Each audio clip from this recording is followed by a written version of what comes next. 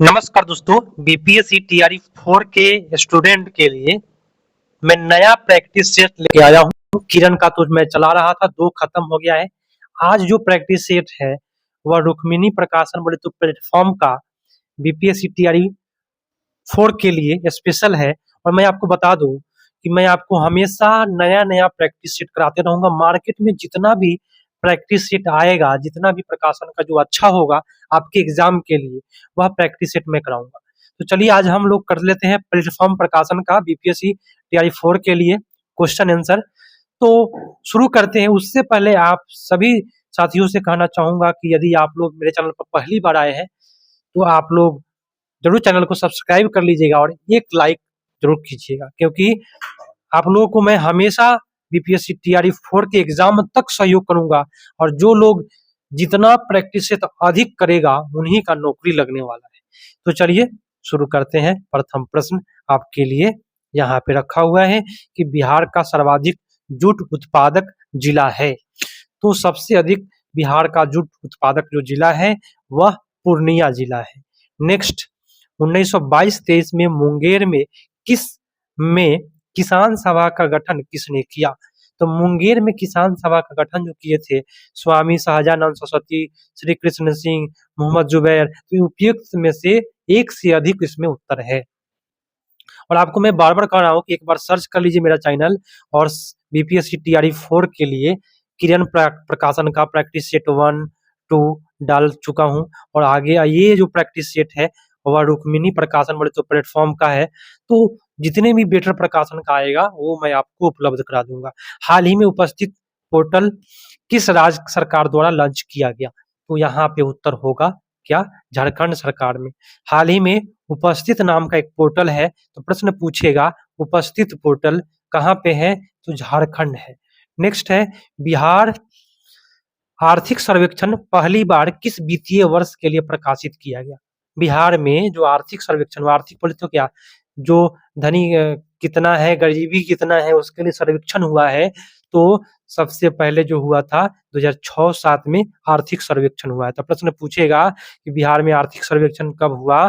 2006 और 7 में। मैं आपको बता दूं कि आप लोग मेरे चैनल पर पहली बार है तो एक लाइक करना है और सब्सक्राइब नहीं किए कर लीजिए, क्योंकि टीचर बनने तक मैं आपको हेल्प करने वाला हूँ।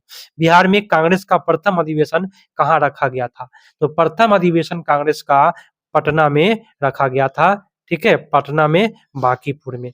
ठीक है, आगे नेक्स्ट प्रश्न पर आते हैं। मजेदार प्रश्न कराऊंगा। मई 2024 में वस्तु सेवा कर अपीलीय न्यायाधिकार के पहला अध्यक्ष किसे नियुक्त किया गया? तो उत्तर यहाँ होगा संजय कुमार मिश्रा को। ठीक है, नेक्स्ट प्रश्न पर आते हैं। भारत के पहले खगोल पैटर्न अभियान की घोषणा किस राज्य में किया गया? तो मैं आपको बता दूं इसमें कोई भी ऑप्शन में नहीं है। भारत में पहले खगोल पैटर्न अभियान की जो घोषणा हुआ है वह राज्य है उत्तराखंड। ठीक है, उत्तराखंड में भारत में पहले खगोल पैटर्न अभियान शुरू किया गया। विश्व में प्रेस स्वतंत्रता दिवस कब मनाया जाता है? तो प्रेस स्वतंत्रता दिवस मैं आप सभी को बताऊं मनाया जाता है 3 मई को। प्रेस स्वतंत्रता दिवस मनाया जाता है। ठीक है, और मैं आपको बताऊं नेक्स्ट प्रश्न प्रश्न है कि पेरिस ओलंपिक में भारत के संदर्भ में सही विकल्प चुनिए। तो उत्तर होगा कि पदक तालिका में भारत कुल जो है 6 पदक के साथ 71वें स्थान पर रहा। भारत कभी भी 1 नंबर स्थान पर नहीं रहता है। ठीक है, तो पेरिस ओलंपिक में भारत का स्थान कौन सा है? 71वां है। कितना पदक जीता? तो 6 पदक जीता है। ये सब करंट अफेयर से पूछता है दोस्तों। चलिए नेक्स्ट प्रश्न है, भारत की पहली ई सपोर्ट अकादमी कहाँ खोली गई? ई सपोर्ट अकादमी जो खोला गया है पहली बार मध्य प्रदेश में। ई सपोर्ट बोले तो इलेक्ट्रॉनिक सपोर्ट है ना, अकादमी। तो ये जो खोला गया है मध्य प्रदेश में। और आप सभी से रिक्वेस्ट है कि आप अपने दोस्तों को जरूर जोड़िए जो भी टीआरई 4 का तैयारियां कर रहे हैं, क्योंकि जब संख्या अधिक होगा तो निश्चित रूप से आपको टीआरई 4 के एग्जाम नहीं, जब तक आपका जॉब नहीं लगेगा तब तक मैं हेल्प करने वाला हूँ। नेक्स्ट है कि निम्नलिखित में कौन सा एक कीटभक्षी पौधा नहीं है। तो किटपक्षी पौधा जो हो जाएगा घटपर्णी है, सनड्यू है, लेकिन प्रोथैलस नहीं है। ठीक है, चलिए नेक्स्ट है, निम्नलिखित में कौन सा एक रेगिस्तानी पेड़ है? तो रेगिस्तानी पेड़ हो जाएगा ताड़ का जो पेड़ होता है या खजूर का पेड़ होता है, वह बालू के इलाके में होता है, रेगिस्तानी पेड़ कहलाता है। भूमिगत जल को प्रदूषित करने वाला अजैविक प्रदूषक को क्या कहते हैं? तो कहते हैं आर्सेनिक। माने जो भूमि के अंदर जो पानी भरा हुआ है उसको प्रदूषित कर देता है, आर्सेनिक कर देता है। ठीक है, नेक्स्ट है, निम्नलिखित में से कौन सा प्राथमिक प्रदूषक है? माने प्राथमिक प्रदूषक में कौन कौन आते हैं, ये चीज बताना है आप सभी सभी सभी को। तो इसमें हो जाएगा SO2 भी है, कार्बन मोनोऑक्साइड भी है और नाइट्रोजन डाइऑक्साइड भी है। तो ये क्या है, प्राथमिक प्रदूषक के अंतर्गत आता है। और मैं आपको बताऊं, प्राथमिक प्रदूषक में तीन चीज याद रखिएगा, मैं आपको ट्रिक बता दूं। यहाँ तीन चीज में होगा सल्फर डाइऑक्साइड, ठीक है, दूसरा होगा कार्बन मोनोऑक्साइड और तीसरा होगा नाइट्रस ऑक्साइड। बस यह प्राथमिक प्रदूषक में तीन ही आते हैं जो प्राथमिक प्रदूषक कहलाते हैं। इसके अलावा जितने भी होंगे वह द्वितीय प्रदूषक होंगे। ठीक है, नेक्स्ट है कि जैविक ऊर्जा का अंतिम स्रोत कौन सा है? तो जैविक ऊर्जा का अंतिम स्रोत इसमें हो जाता है, जैविक ऊर्जा का अंतिम स्रोत जो होता है वह सूर्य का ऊर्जा होता है, सौर ऊर्जा बोलते हैं उसको। ठीक है, याद रखिएगा, इसमें कोई भी ऑप्शन में नहीं है, उत्तर आपका डी पर जाएगा। वायुयान में किसका प्रयोग वायुरोधक के रूप में किया जाता है? तो वायुरोधक के रूप में पोटेशियम सुपर ऑक्साइड का, है ना, पोटेशियम सुपर ऑक्साइड। ठीक है, याद रखिएगा KO2। नेक्स्ट प्रश्न पर आते हैं, और जो भी प्रश्न मैं कराऊंगा, जो भी प्रैक्टिस सेट कराऊंगा, यदि आप कर लेते हैं, रोज प्रैक्टिस सेट कर लेते हैं, तो निश्चित रूप से आपका, देखिए प्रैक्टिस सेट से होता क्या, मैं आपको बता दूं एक शब्दों में। प्रैक्टिस सेट से जो भी प्रश्न आप याद करेंगे, जो भी पढ़ेंगे, वो आपको याद हो जाएगा और एग्जाम में काफी बेटर गुजरता है एग्जाम। अपघटक किस पोषण स्तर के जीव है? अपघटक जो होते हैं वह हो जाएंगे पोषक नंबर 4 पर आता है। अपघटक किस पर आता है? तो याद रखिएगा अपघटक 4, अपघटक 4 याद रखिएगा। डिटर्जेंट जलीय जलीय घोल किस प्रकृति के होते हैं? तो डिटर्जेंट जो जलीय घोल होता है, डिटर्जेंट माने जानते हैं, सरफ जो होता है जिससे आप लोग कपड़ा साफ करते हैं, वह क्षारीय होता है। ठीक है, नेक्स्ट है कि कोई द्रव कब ठोस पृष्ठ को गीला नहीं होता है जब तक स्पर्श कोण का मान डैश हो। माने कोई भी द्रव, मान लीजिए यहाँ पे आपका टेबल है, ठीक है, इस पर एक बूंद पानी गिर गया, तो वह टेबल कब गीला होगा, है ना, जब उसका कोण जो होगा, मैं आपको बताऊं 90 डिग्री से अगर बड़ा होगा, ठीक है, तो निश्चित रूप से स्पर्श कोण का मान 90 डिग्री से जब बड़ा होता है तो वह गीला नहीं होगा। अगर 90 से जैसे ही उसका, जैसे कि 90 हो गया ना, ये 90 डिग्री का कोण है, 90 से जैसे ही कम हुआ मतलब पानी फैल जाएगा, तो बस पानी जब फैलेगा पूरा भीग जाएगा। नेक्स्ट है कि खाद्य श्रृंखलाओं में मनुष्य की क्या भूमिका है? तो मनुष्य की भूमिका है उपभोक्ता है ना। मनुष्य क्या है? तो मनुष्य एक क्या है? उपभोक्ता है, माने कोई भी चीज को खाने का काम करता है। तो जो चीज खाते हैं उसको, जो जो व्यक्ति माने जो जानवर खाता है कोई चीज को, उसको खाने वाले को उपभोक्ता कहते हैं। वह रासायनिक यौगिक कौन सा है जो दो तत्वों से बना होता है? देखिए दो तत्वों से बनने वाला रासायनिक यौगिक जो होता है उसको हम लोग कहते हैं द्विआंगी। ठीक है, बाइनरी कहते हैं। रासायनिक परिवर्तन के साथ क्या होता है? देखिए रासायनिक परिवर्तन के साथ मैं आपको बताऊं, यहाँ पे एक चीज दूसरे चीज में बदल जाता है, जैसे कि दूध दही में बदल जाता है, लेकिन दही को क्या आप दूध में बदल सकते हैं? नहीं बदल सकते हैं। मतलब रासायनिक परिवर्तन में एक पदार्थ से नए पदार्थ का निर्माण होता है, लेकिन नए से पहले वाला पदार्थ नहीं होता। तो इनमें से कोई भी ऑप्शन में नहीं है। नेक्स्ट है, निम्नलिखित में कौन सा परमाणु ऊर्जा उत्पादन की एक बड़ी कमी नहीं है ना, बड़ी कमी नहीं है, तो कौन सा नहीं है? उत्तर होगा विद्युत उत्पादन जो है बड़ी कमी नहीं है। नेक्स्ट है, वनस्पति कोशिका तथा प्राणी कोशिका का अंतर किसकी उपस्थिति में स्पष्ट होता है? मैंने क्या चीज रहेगा तो वनस्पति कोशिका होगा, क्या नहीं रहेगा तो मतलब ये चीज बताना है। तो कोशिका भित्ति से पता चलता है कि वह जो कोशिका है वह पादप कोशिका है या प्राणी कोशिका है, ये दो चीज होता है। ठीक है, कोशिका भित्ति से पता चलता है। अगला प्रश्न है कि बीजों का अंकुरन क्या कहलाता है? जब वे फल के अंदर ही होते हैं, तो बीज के अंकुरन को क्या कहते हैं? तो बीज के अंकुरन को कहते हैं पेरी, है ना? यहाँ पे याद रखिएगा, बीज का अंकुरण क्या कहलाता है? तो विवी पेरी कहते हैं। जैसे कि ये चना का बीज है, इसमें से निकलता है ना, उसको विवी पेरी कहते हैं, याद रखिएगा। नेक्स्ट प्रश्न पर आते हैं। प्रकाश संश्लेषण का प्रथम चरण कौन सा है? तो प्रकाश संश्लेषण का प्रथम चरण जो होता है, वह पर्णहरित के इलेक्ट्रॉन का प्रकाश के फोटोन के द्वारा उत्तेजन किया जाना। ठीक है। नेक्स्ट है, भारत के स्वतंत्र होने से पूर्व लगातार 6 वर्ष तक भारतीय राष्ट्रीय कांग्रेस के अध्यक्ष के पद पर रहने वाला एकमात्र व्यक्ति बताइए, जो लगातार 6 वर्ष तक रहा कांग्रेस का अध्यक्ष। मौलाना अब्दुल कलाम आजाद। बक्सर का युद्ध किस वर्ष लड़ा गया? तो ये लड़ा गया था 1764 ईस्वी में। उत्पादन के लिए आवश्यक औजार, मशीनें, भवन आदि डैश कहलाते हैं। ये सब जो कहलाते हैं अस्थाई पूंजी कहलाते हैं। ये जो भी पूंजी है, जैसे कि मशीन का, है ना, औजार का, भवन का, ये कैसा पूंजी है? यह एक अस्थाई पूंजी है, आपका पर्सनल पूंजी है। निम्नलिखित में से नीचे दी गई घटनाओं का सही कालानुक्रम क्या है? माने पहले कौन हुआ, उसके बाद कौन हुआ, एक एक करके यहाँ पे बताना है। तो मैं आपको बताऊं, पहले असहयोग आंदोलन हुआ था, और असहयोग आंदोलन मैं आपको बता दूं सन ईस्वी देखते चलिए 1920 ईस्वी में हुआ। उसके बाद चौरा चौरी कांड हुआ, और चौरा चौरी जो कांड हुआ था मैं आपको बताऊं, यह चौरा चौरी कांड 1922 ईस्वी के लगभग में चौरा चौरी कांड हुआ था, 5 फरवरी को। ठीक है। भारत छोड़ो आंदोलन उसके बाद में हुआ था, सविनय अवज्ञा आंदोलन, जो 14 या 16 फरवरी 1930 ईस्वी को हुआ। उसके बाद भारत छोड़ो आंदोलन, आप सभी को पता है कि 14 जुलाई 1942 ईस्वी को भारत छोड़ो आंदोलन हुआ। तो टोटल मैंने सन ईस्वी भी बताया, उसको ध्यान में रखिए या लिख लीजिए। निम्नलिखित में से किस भूतपूर्व आईएनएस नेता आईएनए नेता पर ब्रिटिश भारत की सरकार के विरुद्ध युद्ध भड़काने का आरोप नहीं लगाया गया था? तो उत्तर हो जाएगा यहाँ पे मोहन सिंह पर नहीं लगा था, बाकी प्रेम कुमार सहगल पर लगा था, शाहनवाज खान पर लगा था, लेकिन मोहन सिंह पर नहीं लगा था। नेक्स्ट है, निम्नलिखित में से किसे भारतीय संविधान द्वारा लागू किया जा सकता है?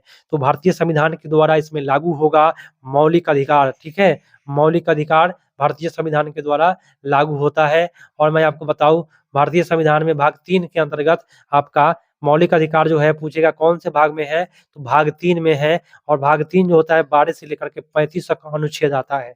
ये चीज भी ध्यान रखते चलिए। राज्य के नीति निर्देशक सिद्धांतों के किस अनुच्छेद के तहत मातृत्व अवकाश पर एक कामकाजी महिला को नियोक्ता के सभी मातृत्व का लाभ प्राप्त करना चाहिए? तो यहाँ हो जाएगा अनुच्छेद 42 पर। ठीक है। नेक्स्ट है, पंचायती राज व्यवस्था में शासन प्रणाली की संरचना क्या है? तो शासन प्रणाली की जो संरचना है वह ग्राम है। पहले क्या आता है? तो आपका गांव आता है। उसके बाद क्या आता है? आपका प्रखंड आता है। उसके बाद क्या आता है? आपका जिला आता है। जिला, है ना? तो ये हो गया। तो पंचायती राज व्यवस्था कैसा संरचना हो गया? त्रिस्तरीय। पहले का क्या हो गया? ग्राम। दूसरा क्या हो गया? प्रखंड। तीसरा क्या हो गया? जिला। तो ये होता है पंचायती राज व्यवस्था का त्रिस्तरीय संरचना।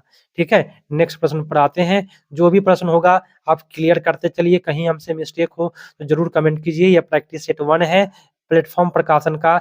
नेक्स्ट प्रकाशन आपको उपलब्ध मैं कराऊंगा यूथ प्रकाशन का भी। तो बिहार पंचायती राज अधिनियम के अनुसार ग्राम पंचायत का कोई सदस्य हस्तलिखित आवेदन मुखिया को समर्पित कर त्यागपत्र दे सकता है। आवेदन समर्पित करने के कितने दिन के बाद त्यागपत्र प्रभावी हो सकता है? जैसे कि मुखिया के पास में अगर वार्ड चाहेगा कि हम त्यागपत्र दे दें, तो कितना दिन में उनका त्यागपत्र स्वीकृत हो जाएगा? तो मैं आपको बताऊं 7 दिन के बाद में। ठीक है। नेक्स्ट है, भारत के उन राष्ट्रपतियों का नाम बताएं जो निर्विरोध चुने गए थे, माने उनके अगेंस्ट में कोई भी नहीं हुआ। डॉक्टर राधाकृष्ण एवं एम हिदायतुल्लाह एवं डॉक्टर शंकर दयाल शर्मा। उत्तर आपका 3 हो जाएगा इसमें। डैश भारत के 4 बड़े मेट्रो शहरों दिल्ली, मुंबई, चेन्नई, कोलकाता से जोड़ता है? कौन सा राष्ट्रीय राजमार्ग है जो दिल्ली, मुंबई, चेन्नई, कोलकाता, है ना, ये चारों को जोड़ने का काम करता है? उत्तर यहाँ आपका होगा कौन सा? स्वर्णिम चतुर्भुज के नाम से जाना जाता है इस सबको। किसको किसको? दिल्ली, मुंबई, चेन्नई, कोलकाता, इसको स्वर्णिम चतुर्भुज के नाम से जाना जाता है। चलिए, निम्नलिखित में से कौन सा भाग मेघालय के पठार का एक उपमंडल नहीं है? मेघालय के पठार का उपमंडल कौन सा नहीं है? तो धनसिरी जो है मेघालय के पठार का उपमंडल नहीं है। लेकिन मैं आपको बता दूं, मेघालय के पठार का गारो है, खासी है, एक और आता है जयंतिया, है ना, जयंतिया की पहाड़ियां आता है, ठीक है, जो मेघालय का भाग है। निम्नलिखित में कौन सा भारतीय राज्य दक्कन के पठार से घिरा नहीं है? तो दक्कन के पठार से नहीं घिरा हुआ है, तेलंगाना है दक्कन से घिरा हुआ, महाराष्ट्र है, लेकिन मध्य प्रदेश जो है वह दक्कन के पठार से नहीं घिरा हुआ है। नेक्स्ट है कि सूर्य का चक्कर लगाने वाला चट्टानों के छोटे-छोटे टुकड़े को क्या कहते हैं? सूर्य का चक्कर लगाने वाला चट्टान का छोटा-छोटा जो टुकड़ा होता है, उस टुकड़ा को हम लोग क्या कहते हैं? क्षुद्रग्रह कहते हैं, ठीक है। नेक्स्ट है सहारा रेगिस्तान कहाँ स्थित है? सहारा रेगिस्तान आपका हो जाएगा उत्तरी अफ्रीका में स्थित है। यदि आप क्वेश्चन को देख रहे हैं तो हमसे पहले भी आप उत्तर दे सकते हैं। निम्नलिखित में से कौन सी वस्तु के अंतिम वस्तु के रूप में पहचाने जाने का सही कारण है? देखिए, अधिक से अधिक प्रश्न को रिवीजन करना है, ना कि आप उत्तर दे करके आप समझिएगा कि आपका उत्तर सही जाएगा। लेकिन मैं आपको बताना चाहूंगा, प्रैक्टिस सेट में क्या होता है, अगर अधिक से अधिक प्रश्न पढ़ेंगे तो आपको अधिक से अधिक क्वेश्चन आंसर माइंड पर बना रहेगा, जो आपको एग्जाम में काफी फायदा करता है। निम्नलिखित में कौन सा वस्तु के अंतिम वस्तु के रूप में पहचाने जाने का सही कारण है? उत्तर हो जाएगा यहाँ निर्माता के द्वारा इसे आगे और संसाधित नहीं किया जाता है। चलिए, ये प्रश्न थोड़ा सा डाउटफुल है, उस पर हम चर्चा नहीं करेंगे, लेकिन जो ही भी यही है मैं उसको बता दूंगा। निम्नलिखित में कौन सी फसल भारत में व्यापारिक खेती के लिए स्वीकृत एकमात्र अनुवांशिकतः रूपांतरित फसल है? तो रूपांतरित फसल इसमें हो जाएगा कौन सा? बीटी कपास, है ना। बीटी कपास जो है, याद रखिएगा, रूपांतरित फसल है। विदेश में यहाँ पे देखना है कि विदेश में भारतीय मूल के कितने वैज्ञानिकों के लिए विज्ञान मंत्रालय ने वैभव फेलोशिप के प्रथम प्राप्तकर्ताओं की घोषणा की है? उत्तर यहाँ पे होगा 22। वैभव फेलोशिप के लिए कितना हो जाएगा? 22। नेक्स्ट प्रश्न है ग्राम और लघु उद्योग समिति को डैश के रूप में जाना जाता है? इसको हम कहते हैं कड़वे समिति।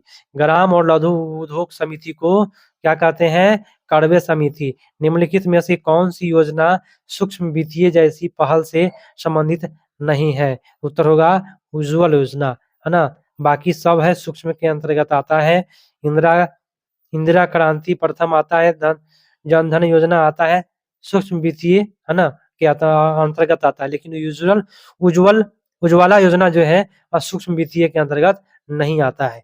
चलिए, भारत की पहली बहुउद्देशीय हरित हाइड्रोजन पायलट परियोजना का उद्घाटन किस राज्य में किया गया? तो इसका उत्तर जो हो जाएगा हिमाचल प्रदेश में हुआ था।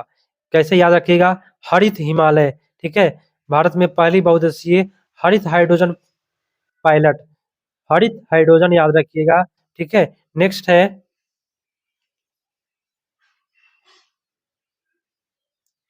नेक्स्ट प्रश्न है, ध्यान से देखते चलिए।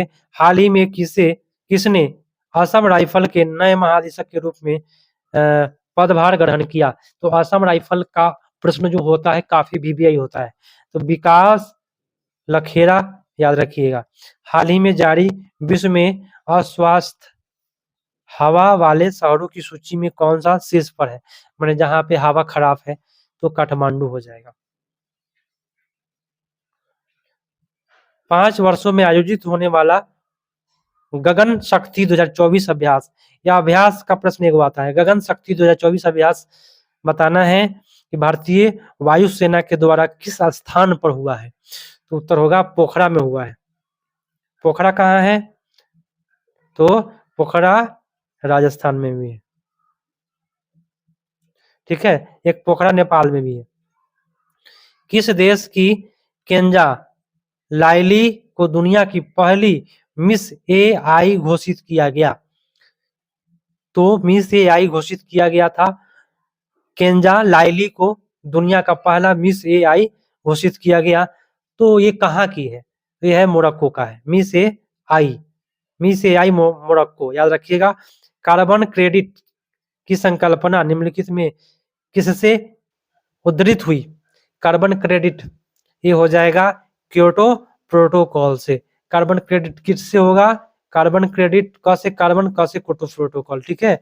कुछ ट्रिक लगाए, ठीक है। सुपोषण किसके आधिक्य से होता है? सुपोषण जो होता है वह नाइट्रोजन के अधिकता के कारण होता है। एक खाद्य स्तर से दूसरे खाद्य स्तर पर जाने पर ऊर्जा का कितना प्रतिशत ह्रास हो जाता है? मान लीजिए एक खाद्य स्तर है ना? दूसरा खाद्य स्तर यहाँ है, यहाँ से यहाँ तक जब ऊर्जा जाएगा तो कितना परसेंट ह्रास होगा? तो उत्तर होगा 90%। अब कैसे? तो मैं बताऊँ, सूर्य से जो ऊर्जा आता है फसलों को मिलता है, ठीक है?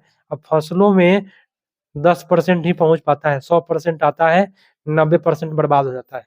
अब फिर फसल से जब हम लोग खाना खाते हैं तो 90% बर्बाद हो जाता है, 10% ही मिल पाता है। इस प्रकार से होता है। इसको लिंडमान का 10% का नियम कहते हैं। चलिए अगला प्रश्न है, कार्बन डाइऑक्साइड किस सीमा तक की रेडियो सक्रियता को अवशोषित करती है? तो यहाँ पे जो उत्तर होगा 5.5 से 7 माइक्रोन्स तक अवशोषित कर लेता है क्या? रेडियो सक्रियता को, CO2। नेक्स्ट है, अति लेड विषाक्तता क्या कहलाता है? अति लेड, लेड माने होता है शीशा। शीशा सबसे खतरनाक चीज है ना? तो हो जाएगा प्लम्बिज्म, उत्तर आपका बी पर जाएगा। अति लेड विषाक्तता कहलाता है प्लम्बिज्म, माने सबसे अधिक विषाक्त वाला शीशा है। जीवों में अधिक विविधता का कारण क्या है? तो अधिक विविधता का कारण है उत्परिवर्तन। नेक्स्ट है, एक समतल कांच के गुटके को विभिन्न रंगों के अक्षरों के ऊपर रखा जाता है, वह अक्षर जो न्यूनतम उठा हुआ प्रतीत होता है वह क्या कहलाता है? न्यूनतम थोड़ा सा उठा हुआ जब प्रतीत होता है उसको हम कहते हैं लाल अक्षर। लाल अक्षर थोड़ा सा ऊपर यहाँ पे देख सकते हैं उठा हुआ प्रतीत होगा, ठीक है। नेक्स्ट है, लोहे के पतले टुकड़े को तीव्र विद्युत धारा बहती हुई प्रणालिका में रखने पर चुंबकीय दिशा में घूम जाता है। और यहाँ पे करंट प्रभावित हो रहा है, इसमें टुकड़ा एक लोहा का रख दीजिएगा तो ये क्या होगा? करंट इस तरह से जा रहा है तो ये क्या होगा? लोहा इस तरह से घूम जाएगा, लोहा है ना, इस प्रकार से घूम जाएगा। तो लोहा जब घूम जाएगा तो इसको क्या कहते हैं? घूम जाते हैं। तो ये जो घटना होती है ये बताना है, इसके बारे में उत्तर यहाँ पे होगा सभी डोमेन, है ना, डोमेन के सभी परमाणु के कारण ये घूम जाता है लोहा। नेक्स्ट है, विद्युत के तार का प्रतिरोध होता है। तो विद्युत के तार का जो प्रतिरोध होता है इसकी लंबाई के समानुपाती होता है। सुन लीजिए, तार का प्रतिरोध क्या होता है? लंबाई माने एल का समानुपाती होता है। मतलब मैं आपको बता दूं, आर समानुपाती क्या होता है? एल होता है। फिर अनुप्रस्थ काट के क्षेत्रफल का व्युत्क्रमानुपाती कर्मानुपाती होता है। माने प्रतिरोध जो होता है अनुप्रस्थ काट के क्षेत्रफल का व्युत्क्रमानुपाती होता है। यही समीकरण होता है तार की लंबाई का प्रतिरोध से संबंधित, ठीक है। याद रखिएगा इस चीज को। निम्नलिखित में कौन सा पादप हार्मोन पति जीर्णता में देरी का कारण बनता है? पति जीर्णता में देरी का कारण आपका हो जाएगा साइटोकाइनिन। नेक्स्ट है, 4 एक जैसी केतलियों के आधार समान मोटाई की विभिन्न धातुओं से बने हैं जिसमें समान मात्रा में जल डाला जाता है। यदि इन केतलियों को एक जैसे तरीके से एक जैसे ताप पर रखते हैं तो जल सबसे पहले किस धातु की बनी हुई केतली में उबलेगा? मैंने 4 धातु का पात्र रखे हैं, एक ही मोटाई है ना, समान मोटाई की विभिन्न धातु है। तो बताना है कि कौन सा धातु है यहाँ पे जिसमें सबसे अधिक पहले पानी उबल जाएगा। कौन सा धातु के बर्तन में, ये चीज बताना है। तो कॉपर में, तांबा में सबसे पहले पानी उबलता है। वसाओं तथा क्षार की अभिक्रिया से बनने वाले उत्पाद क्या कहलाते हैं? तो उसको कहते हैं साबुन तथा ग्लिसरॉल। वह क्या चीज से बनता है? वसा और क्षार, उससे क्या बनता है? साबुन और ग्लिसरॉल। याद रख करते चलिएगा। नेक्स्ट है कि शरीर का तापक्रम कौन नियंत्रित करता है? शरीर का तापक्रम जो नियंत्रित करता है वह हाइपोथैलेमस कहलाता है, ठीक है। नेक्स्ट है कि वह गुण कौन सा है जो F1 पीढ़ी में प्रभावित होता है और स्पष्ट रूप से देखा जाता है? F1 पीढ़ी मैं आपको बताऊं, आप लोग 10th क्लास में पढ़े होगा, मेंडल का मटर पर प्रयोग जो हुआ था उसके बारे में, वही है। F1 पीढ़ी में जो प्रभावित होता है वह स्पष्ट होता है प्रबल। F1 हो गया तो प्रबल हो जाएगा, याद रखिएगा। तो मैं आपको बताऊं, सभी जितने भी BPSC TRE 4 की तैयारियां कर रहे हैं सभी को। इसके बाद तो प्रश्न खत्म है, रीजनिंग शुरू हो गया। इसके बाद जो है मैं किरण प्रकाशन का प्रैक्टिस सेट 3 कराऊंगा। उससे पहले मैं आपको बताऊं कि यदि आप रेगुलर प्रैक्टिस सेट लास्ट तक देखेंगे, है ना, देखिए कोई कोई क्वेश्चन जो है बाउंस करता है, लेकिन भाई देखना है। देखने से क्या होगा, एग्जाम में जब बैठिएगा तो वहां पे ऑप्शन जो है वो पकड़ में आता है कि ये ऑप्शन इस क्वेश्चन के लिए, इस क्वेश्चन लायक नहीं है, क्योंकि क्वेश्चन नहीं टकराता है, ऑप्शन पकड़िएगा और उसी ऑप्शन से जो लोग पकड़ना सीख जाएंगे और वही सीखेंगे जो अधिक से अधिक प्रैक्टिस सेट करेंगे। लगभग 100 प्रैक्टिस सेट कर लीजिए, निश्चित रूप से आपका सिलेक्शन हो जाएगा। 100 प्रैक्टिस सेट करना है, 100 प्रैक्टिस सेट का प्रकाशन नहीं, 100 सेट, 100 सेट अगर मार लेते हैं तो आपका सिलेक्शन हो जाता है। और सेट मारने से क्या होता है, अधिक से अधिक प्रश्नों याद होते हैं। इसके अलावा भी आप लोग कमेंट कीजिए, जो लोग लास्ट तक देखे हैं जरूर लिखिएगा कि मैं लास्ट तक देखा, नेक्स्ट वीडियो दीजिए, तभी जाकर के आप सभी को बीपीएससी टीआरई 4 के लिए नेक्स्ट वीडियो मिलते रहेगा। मिलते हैं नेक्स्ट अपडेट में, तब तक के लिए धन्यवाद, जय हिंद।